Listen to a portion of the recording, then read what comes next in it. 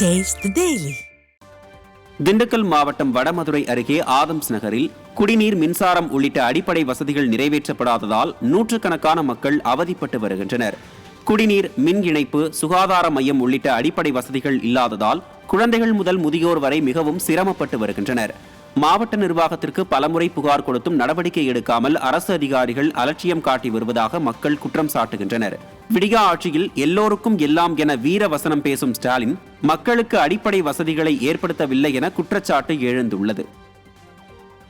போறதுக்கு பாதை இல்ல, அடுத்த நிலத்துல இறக்கி வைக்கிறானோ அங்க இறக்கி வச்சுட்டு உட்காந்துருக்கணும். நாங்க போனத்தை அந்த அளவுக்கு இருக்குது பொழப்பு. யாருமே கண்டுக்கிறது இல்ல.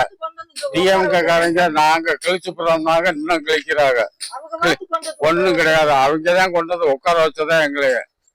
பாதி பேத்துக்கு பட்டா கொடுத்தா பாதி பேத்துக்கு பட்டா வந்துருச்சுன்னா இன்னும் தர்றாங்க. மதுரையில் கள்ளழகருக்கான 1000 பொன் சப்பரம் அமைக்கும் பணி விறுவிறுப்பாக நடைபெறுகிறது. சித்திரை திருவிழாவை ஒட்டி கள்ளழகர் அழகர் கோவிலில் இருந்து 10ஆம் தேதி புறப்பாடாகி மதுரையில் மண்டூக முனிவருக்கு சாப விமோசனம் அளித்து பௌர்ணமி என்று வைகை ஆற்றில் எழுந்தருளி அருள் பாலிப்பார். முன்னதாக 11ஆம் தேதி நள்ளிரவு தல்லாக்குளம் பிரசன்ன வெங்கடாஜலபதி பெருமாள் கோயிலில் ஆண்டாள் சூடி கொடுத்த மாளிகை அணியும் அழகர் கருப்பணசாமி கோயிலில் எழுந்தருளுவார். அப்போது 1000 பொன் சப்பரத்தில் கள்ளழகர் எழுந்தருளும் அற்புத நிகழ்வு நடைபெறும். இதற்காக 1000 பொன் சப்பரம் அமைக்கும் பணி வேகமாக நடைபெற்று வருகிறது.